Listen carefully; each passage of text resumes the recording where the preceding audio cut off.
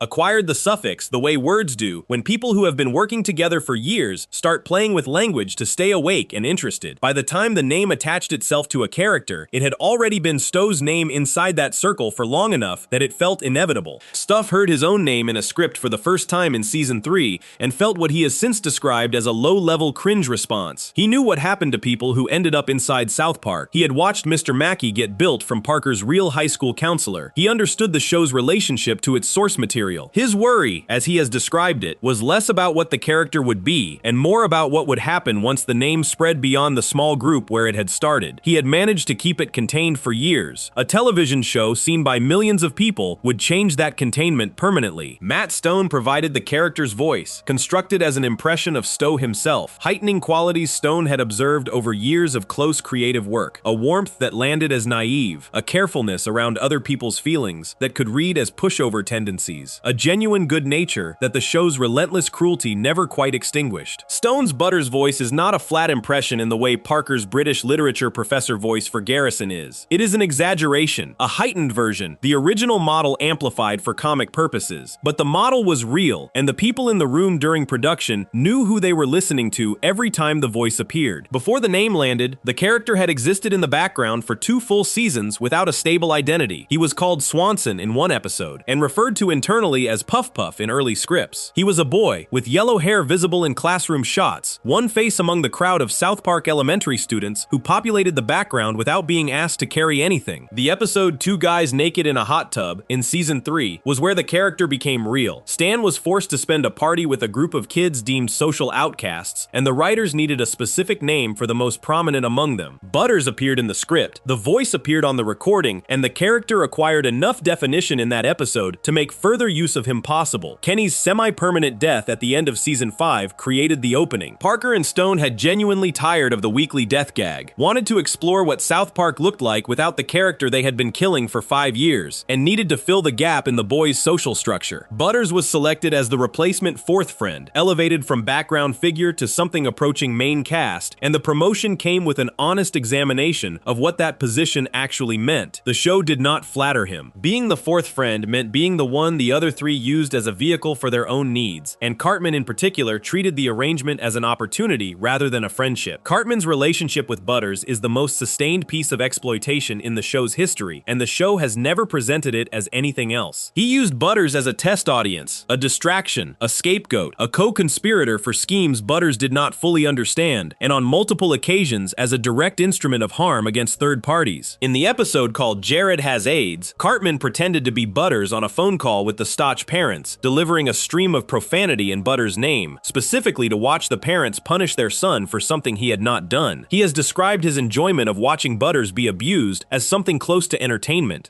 The show frames this as Cartman's darkness, rather than as anything the Stotch parents require external provocation to activate, because the Stotch parents are fully capable of generating their own damage without assistance. Stephen Stotch is one of the most comprehensively examined parent characters the show ever built. He grounds Butters constantly for infractions that are either trivial or entirely fictional, for things that are plainly beyond a child's control or that were caused by other people. The grounding is performed with the certainty of a man who genuinely believes he is doing responsible parenting, which is what makes it function as something more than straightforward villainy. Stephen is not a man who knows he is causing harm. He is a man who has organized his entire sense of self around a moral framework that demands he be seen as a disciplined and upright father, and the more precarious that self-image becomes, the more rigidly he enforces it against the child nearest to him. His visits to a men's bathhouse are the event that cracked that self-image open and produced the show's darkest single episode centered on Butters. Linda sent her son to follow his father and report back what Stephen was buying for their anniversary. Butters followed his father to an establishment he could not understand, observed things he could not contextualize, and reported what he had seen to his mother with the literal-minded accuracy of a child who had no framework for interpreting what he described. Linda processed the information and broke down completely. The response she chose was not confrontation or separation. It was the attempted murder of her child. She drove Butters in the family car to a lake and submerged the vehicle, leaving him inside. When she believed the act was complete, she and Stephen began constructing a cover story, eventually filing a police report claiming that a man of Puerto Rican descent had abducted and killed their son. The cover story collapsed when Butters made his way home alive, having navigated the adult establishments of South Park in a pig costume for reasons the episode deploys for comedy while keeping the underlying situation in full view. When Butters arrived home and learned what had happened, that his mother had tried to kill him and his father had been living a secret life, he absorbed the information and tried to keep caring about both of them anyway. That capacity is the most unsettling thing about the character, more unsettling than anything the show did to him directly. Stephen's reaction to his son's nascent sexuality, or to anything that could be interpreted as proximity to it, tracks directly from his own concealed identity. The episode called Cartman Sucks involved Cartman taking a compromising photograph of Butters and presenting it in a way designed to suggest Butters was interested in other boys. Stephen's response was to send his son to a Christian conversion therapy camp with a documented history of psychological damage to its attendees, a camp the show depicted explicitly and critically, where the counselors told children that their uncertainty about their identity was a moral failure. Stephen sent his son to that place because the idea of his son being gay was more threatening to him than the harm the camp would cause. The show understood and depicted why, without excusing it. The cycle of abuse has a documented origin inside the show's own canon. South Park, The Fractured But Whole, the video game set in the show's continuity, contains a sequence in which Stephen, exposed to a substance that induces hallucinations, flashes back to his own childhood. In the flashback, his mother beats him for breaking a rule. The beating is depicted with the same casual severity that Stephen applies to Butters. Grandma Stotch raised Stephen the way Stephen raises Butters, under the same authoritarian framework, enforced with the same certainty that strictness was virtue. The thing Stephen does to his son is the thing that was done to him, carried forward without reflection across a generation. Professor Chaos is what emerged when Butters was fired. Parker and Stone ran an episode called Jared Has AIDS, in which the boys auditioned candidates to replace Butters as their fourth friend, a process that eliminated candidates one one by one and concluded with Butters losing the position. The premise was explicit. Butters had been the fourth friend, and the fourth friend had been fired, and now Butters needed to figure out who he was outside that role. His solution was to construct a supervillain identity, to adopt a cape and a helmet and the name Professor Chaos, and to dedicate himself to bringing chaos to the world that had rejected him. He recruited a classmate named Dougie as General Disarray. He planned schemes. The schemes were, by any objective measure, completely ineffective. He flooded a park. He threatened to change the labels on soup cans. South Park absorbed his chaos without noticing it. The gap between Professor Chaos and the actual Chaos Butters managed to generate is the joke, but the gap also reflects something true about the character. His anger is real. His hurt is real. The show takes both seriously enough to give them a dramatic name and a visual identity. What the show also shows is that a person raised inside the Stotch household, shaped by an environment that has consistently told him his feelings are either wrong or irrelevant, cannot produce effective anger when the occasion calls for it. His supervillain is as gentle as he is, because he does not have the architecture for genuine menace. The cruelty the world directed at him never taught him how to be cruel outward. It taught him how to absorb. The South Park post-COVID specials revealed what that absorption produced across a lifetime. In a projected future, Butters had been grounded in his room by his parents for 16 years without relief. When Stan and Kyle found him as an adult, he had broken completely. He called himself Victor Chaos, denied being Butters, and referred to his younger self as a twerpy little loser kid whose parents did not love him. The parents, by that point, had moved to a retirement home and left him behind. His isolation had been so complete and so sustained that it had dismantled the identity he had built through resilience across his childhood. The optimism was gone. The innocence was gone. What remained was a man in a small room surrounded by the evidence of a childhood that had been designed, through consistent neglect and abuse, to make him believe he did not deserve anything better. Eric Stove, the real person whose voice and warmth and cautious nature provided the blueprint, has been producing and directing television for decades alongside Parker and Stone. He is not grounded. He is not Victor Chaos. He has said in interviews that he eventually came to love the character, even the parts that did not reflect him, because the character accumulated something across the show's run that he found worth caring about. Butters kept getting back up. Butters kept choosing warmth over bitterness, despite having been given every reason to make the other choice. Stowe said he identified with that quality, recognized it as something real about how he had moved through the world alongside two people who were considerably louder and more willing to cause disruption than he was. What the character Butters Stotch carries, across its full length from background figure to vector of the show's longest sustained examination of domestic dysfunction, is the question of what a person's character actually is, once everything around them has done its best to damage it. The Stotch household tried. Cartman tried. The conversion therapy camp tried. 16 years of being grounded tried. Each of those forces had a theory about Butters, a version of him that served their purposes, and each of those theories required him to be smaller and quieter and less than he actually was. He survived all of them. He survived them in a way that cost him almost everything by the future the post-COVID specials projected, but he had survived them. The sweetest kid in South Park was built from a real person's gentle nature, placed inside the worst fictional family the show ever constructed, and the show spent 27 seasons watching what happened to that nature under sustained pressure. Before we move on, if you're enjoying this analysis, please consider subscribing. It helps the channel tremendously. The next section turns toward two characters who were never supposed to be a couple, and the story of how they became one is one of the strangest cases of a fan community reshaping a show's own canon. Section 9. Tweek and Craig. Nobody planned for Craig Tucker and Tweek to end up together. The show introduced them as enemies in Season 3, engineered a fight between them for the amusement of the other kids, and moved on without investing them with any ongoing connection. For the next 12 years, they were background figures, who occasionally shared a scene without any particular dynamic between them. What changed was not a decision made by Parker or Stone. It was a decade of fan artists on the internet building a romantic pairing from almost nothing, accumulating enough material that the show eventually looked up, noticed what was there, and decided to respond. Tweek arrived in Season 2, in the episode about the underpants gnomes and the threatened closure of the family coffee shop. His first impression was of a child running on too much caffeine, jittery, wide-eyed, prone to sudden outbursts of anxiety about things most people would not identify as threatening. He wore a shirt permanently untucked and his hair perpetually unbrushed. He communicated distress in short eruptions, too much pressure being his most characteristic expression, and the show deployed him as a comedy instrument calibrated to anxiety. He was the nervous kid, and his nervousness was explained simply. His parents owned a coffee shop, they gave him a lot of coffee, and he had too much caffeine in his system at all times. The darker explanation emerged over years, refined most precisely in the events of the video game South Park, The Stick of Truth. Tweek's parents, rich Richard and his wife lace their coffee with methamphetamine. The product sourced from a meth operation connected to Kenny McCormick's neighborhood gets mixed into the Tweek Bros blend and has been doing so throughout Tweek's entire life. Richard Tweek tests the product when it arrives, confirms the quality with the assessment that it is good, and the coffee goes into the supply chain and into the cup his son drinks every morning to calm down. His parents have told him, and the town, that his condition is ADD. They believe this. They gave their child a stimulant-laced drug product throughout his childhood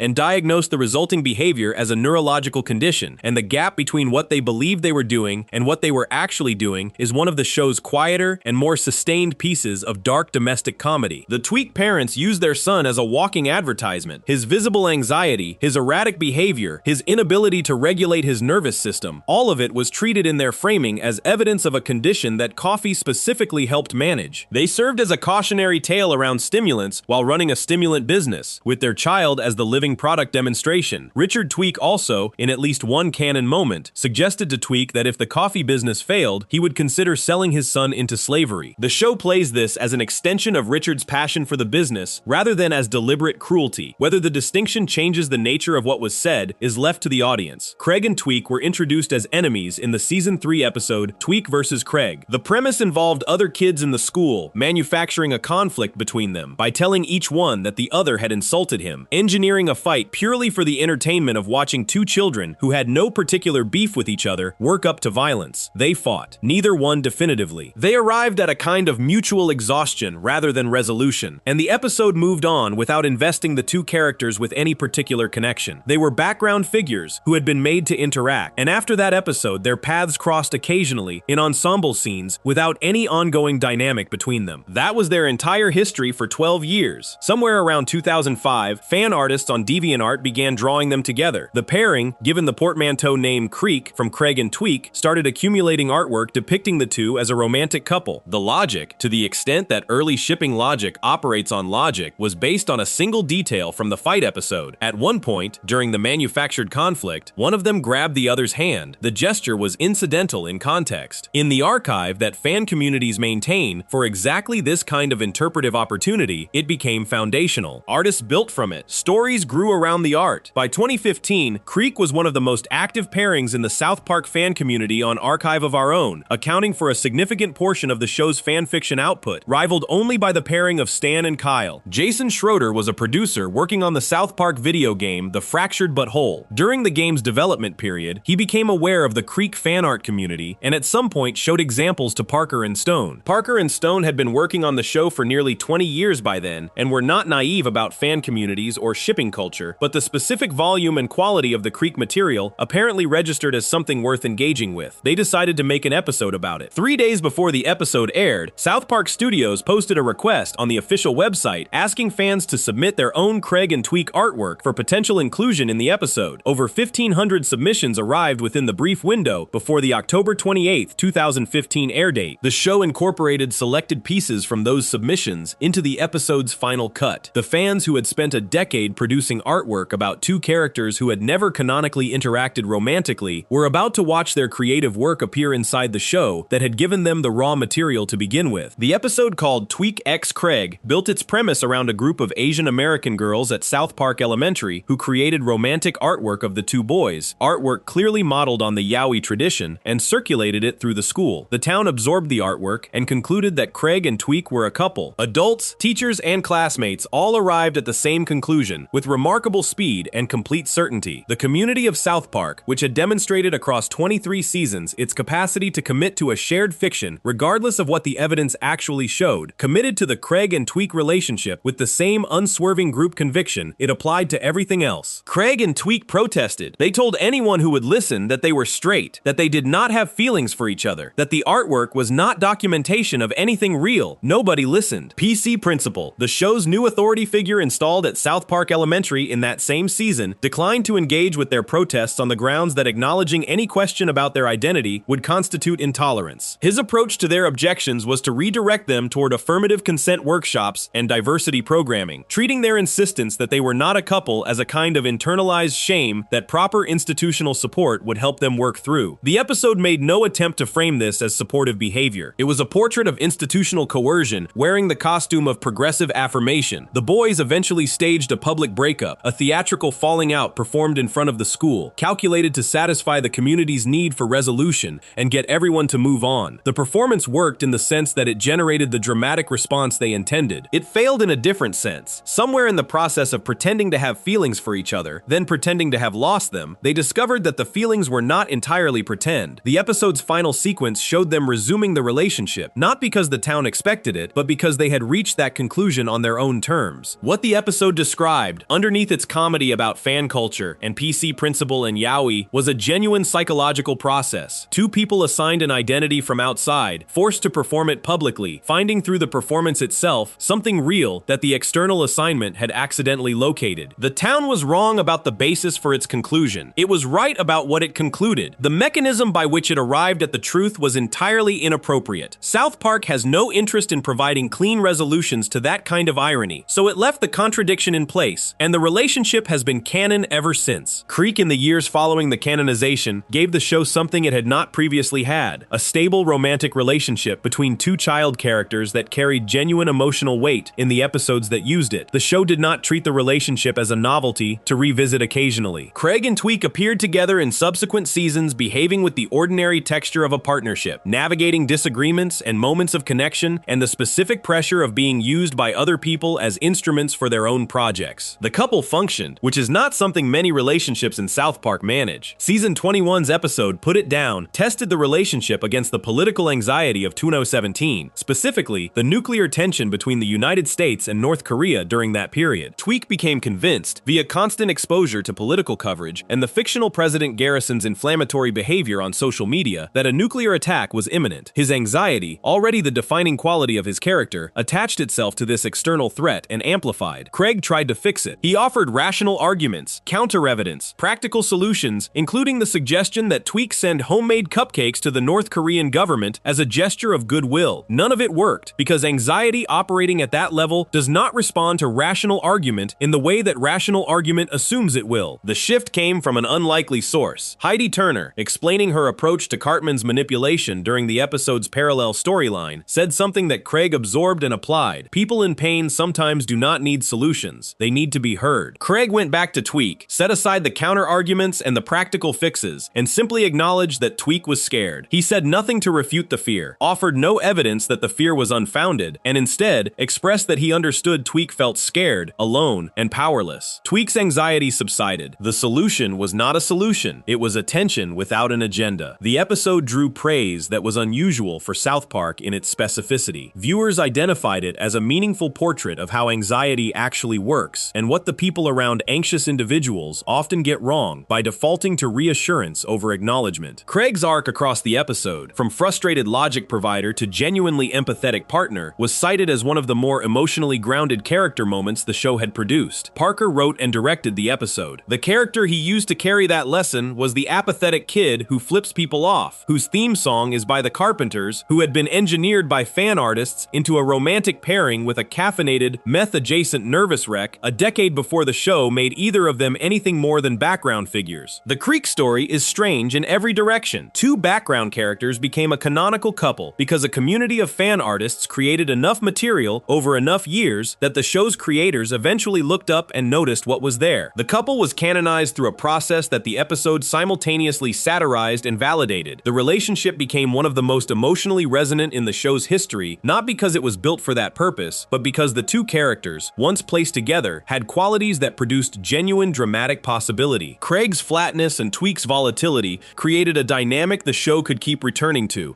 because each quality tested the other in ways that were consistently interesting. Tweek's parents are still operating the coffee shop. The meth is presumably still in the blend. His anxiety still operates at levels that have no medical explanation his parents have ever been willing to take seriously, since the medical explanation would require acknowledging what they have been putting in his coffee. Craig is still apathetic. He still flips people off. His theme song is still top of the world. He is also, in the show's current continuity, the person who stopped trying to fix Tweek's anxiety and started trying to be present with it instead, which turns out to be the more useful quality. The fan community built something over a decade that the show then absorbed and made its own, and what the show made of it turned out to be more tender than anyone planning it would have had reason to predict. Before we move on, if you're enjoying this analysis, please consider subscribing. It helps the channel tremendously. The final character carries a different kind of dark story, one built built entirely inside the show itself, across 25 years of a joke that was not quite a joke, until one episode changed everything everyone thought they had been watching. Section 10. Tolkien Black. 6 weeks after the episode aired, every subtitle on every streaming platform carrying South Park had been changed. Not just the new episode, every episode, going back to season 1, in every language, in every territory where the show was distributed. A character who had existed under one name for 25 years had a different name now, retroactively, across the full archive, as if the original name had never existed. The mobile game changed its cards, the official wiki changed its entries, the show's own website changed its captions. The alteration was total and immediate, and deliberately so, because the joke only worked if it was complete, and the joke was also not entirely a joke. The episode was called The Big Fix, and it aired in February 2022 as the second episode of season 25. The premise involved Randy Marsh realizing that his family had no black friends, a recognition that sent him toward the black family that had been present in South Park since the first episode as the obvious solution. He invited the black family to dinner. During the interactions that followed, it emerged that Randy and Stan had been calling the black family's son by the wrong name for his entire life. They had been calling him Token. His name was Tolkien, spelled with an L and a K, after J.R.R. Tolkien, the author of The Lord of the Rings, because his father was a fan. Everyone else in South Park had always known this. The blacks had always known it. The other kids had always known it. The teachers had always known it. Only Randy and Stan, the father and son who represented the show's most direct channel to the audience, had been getting it wrong for a quarter century and had never been corrected because nobody around them had ever thought to check whether they were paying attention. The character had been there from the very beginning. He appeared in the first episode alongside the other kids at South Park Elementary, an established presence in the town before the show had fully established what the town was. His visual design was economical in the same way all of South Park's character design is economical, and he was read immediately by audiences in the terms the original name invited. The token black character in a show that was making fun of everything, including the conventions of television itself. The name Token Black was an acknowledgement that South Park knew exactly what it was doing by having one black student among the show's recurring cast, and that acknowledgement was designed to preempt the criticism by being louder than the critique. The show named the joke and called it satire and moved on. What the show built around him did not match the name. Tolkien Black came from the wealthiest family in South Park. His father Steve was a lawyer at a more successful firm than Gerald Broflovsky, who was also a lawyer. The Blacks lived in a house that made every other residence in town look modest by comparison, a genuinely large and well-appointed home that the show returned to occasionally as a location specifically because it read as different from everything around it. Tolkien had his own space, his own resources, his own baseline material security that none of his classmates came close to matching. The McCormicks were in genuine poverty on the other side of town. The Blacks were at the opposite end of every economic measure the show deployed. He played bass guitar. The show established this early and returned to it. Bass guitar playing is not a trait associated with any stereotype the name Token might have invited, and the show treated it as simply true about him, a specific musical interest belonging to a specific person, rather than a cultural signifier borrowed from somewhere else. When the show needed someone who could actually play a musical instrument with credibility, it used Tolkien. The skill was real within the show's logic, and it belonged to him specifically, rather than to a type he was meant to represent. His speech was what the show itself described as standard and dignified. He was not a comic character. He was not deployed as a punchline. He participated in the ensemble storylines that involved all the peripheral students. He had opinions and expressed them. He had a girlfriend named Nicole in later seasons. He was a full and functioning person inside the show's social architecture in ways that operated completely independently from whatever the original naming decision implied. The gap between what the name announced and what the character was became wider with every season that passed, and the show made that gap operate as quietly as possible rather than calling attention to it. For 25 years, the audience read the name Token and accepted it. The original satirical intent was obvious. The show was making fun of tokenism by naming its one black recurring character after the concept, and the self-awareness of the gesture was meant to diffuse the criticism by incorporating it. Audiences absorbed that reading, processed the name as intentional meta-commentary, and watched the character across hundreds of episodes without examining the distance between the name and what was actually on screen. The name told them what he was. The character consistently showed them something different. The name won. That dynamic, the way a label attached to a person can override the direct evidence of what that person is